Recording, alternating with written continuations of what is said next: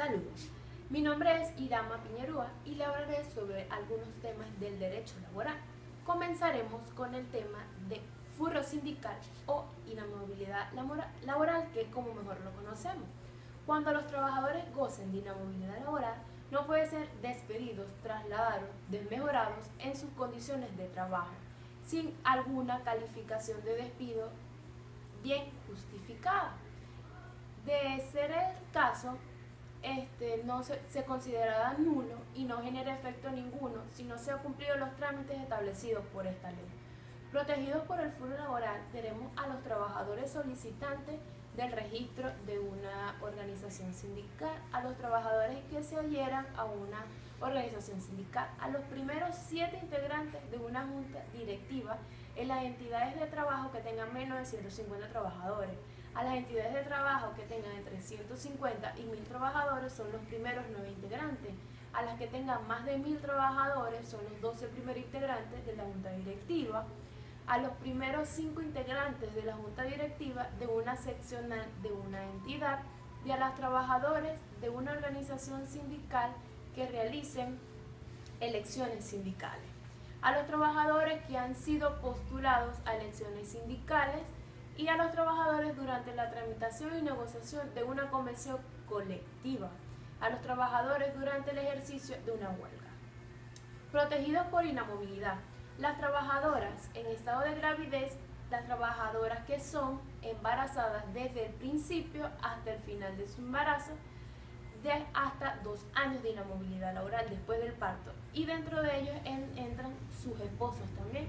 Los trabajadores que adopten niños menores de 3 años gozarán también de esta inamovilidad laboral de 2 años en el lapso desde el momento de que salga la adopción, los trabajadores de los hijos con alguna discapacidad o enfermedad y los trabajadores durante la suspensión de una relación de trabajo.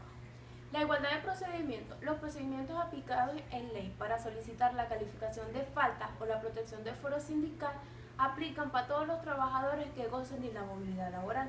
Esto quiere decir, las leyes que son para uno son para todos. Solicitud de autorización del despido, de traslado o modificación de las condiciones del trabajador.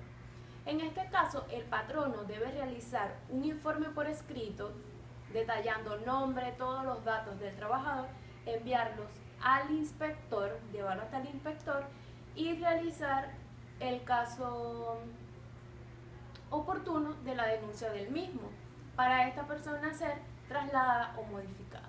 Luego que el inspector revise este documento, se trasladará hacia el trabajador notificándole lo mismo y ahí tendrán ciertas partes para justificar sus pruebas, tanto el patrono como el trabajador.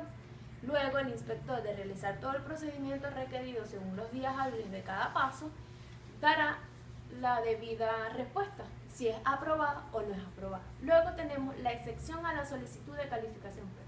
Cuando un trabajador haya incurrido en violencia que ponga en peligro a la integridad física de uno de los trabajadores, patrono o tal, debe ser de manera excepcional dentro de los 48 horas para aplicar dicha posición. Luego se le llevará al inspector para que él autorice legalmente la separación hasta que se resuelva la calificación de despido.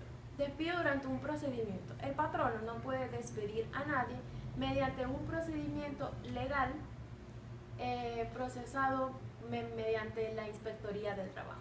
El procedimiento para el reenganche y sustitución de estos mismos derechos. Aquí hablamos también cuando el trabajador despide a esa persona va a un reenganche y el inspector se la procede. Luego tenemos el reenganche, que también es un procedimiento parecido a cuando el patrono quiere despedir al trabajador, pero aquí el empleado va al inspector con un informe escrito a solicitar el reenganche del mismo. Ahí ya aplica la solicitud plasmada, el inspector del trabajo revisa tal informe, se dirige hasta el patrono de la organización y le aplica tal caso para que dé el reenganche. De no estar aplicada legalmente la solicitud del derecho de trabajo, cada quien aprobará sus pruebas para decidir lo mismo. En el momento del reenganche, si algún área de vigilante o personal se opone al reenganche, este inspector del trabajo podrá llamar a los inspectores públicos del orden público como la policía y el guardia para dirigir lo mismo.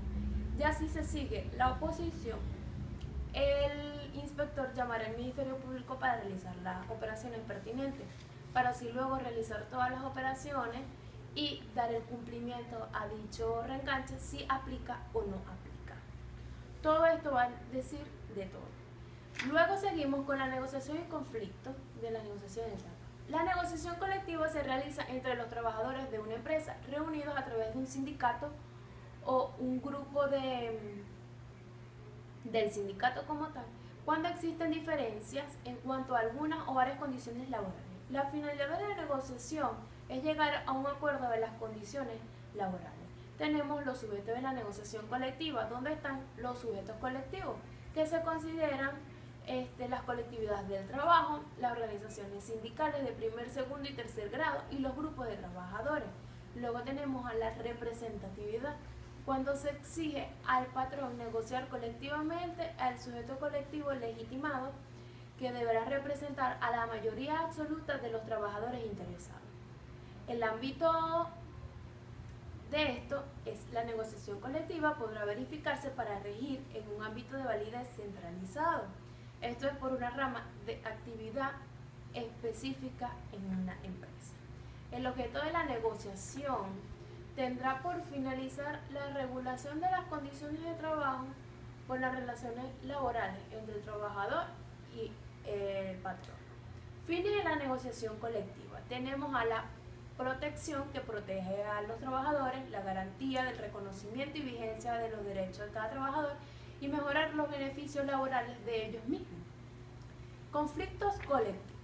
Pueden surgir para modificar las condiciones del trabajador para el cumplimiento de las condiciones mismas. El objeto del conflicto se trata de tener atención a los novatorios de ejecución y defensiva. Las negociaciones previas al conflicto, los funcionarios de trabajo protegerán las soluciones pacíficas y armónicas entre las diferencias que surjan entre los trabajos y trabajadores.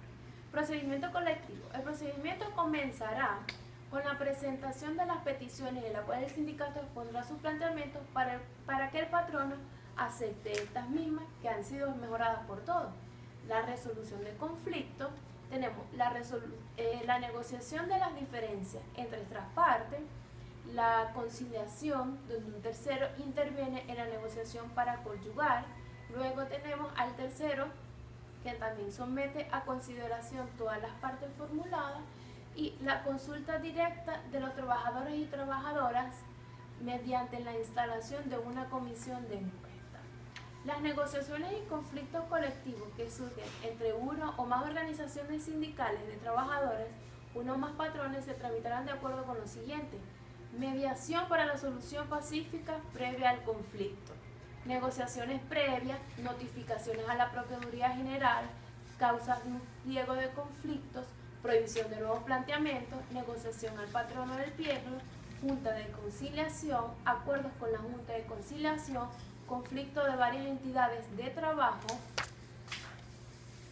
entre muchas cosas más, donde allí vamos a tener el arbitraje olvidado, el arbitraje normal, la junta de arbitraje, y todo eso tendrá relación una a otra, ya que para realizar la junta de arbitraje tendremos que elegir 3 representantes, uno elegido por el patrono, uno elegido por el trabajador y uno elegido conjuntamente, donde ahí decidirán uno a otro para todos los beneficios de los trabajadores.